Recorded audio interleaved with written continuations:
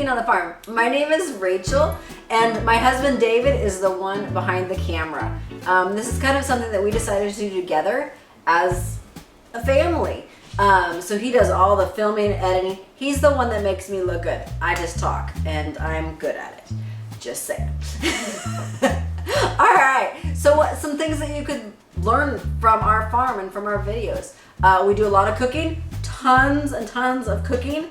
I actually just made these cookies yesterday. We do gardening stuff, not a lot, but a little bit. We're still learning. We like to show off our animals. We're very proud of our pets. They are our animals, but they're pets. They're friends. They're family.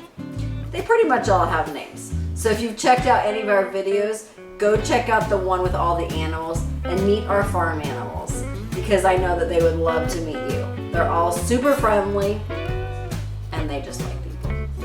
All right, guys. From cooking on the farm, from my kitchen to yours, I'll see you next time. Bye, guys. And my husband is all this.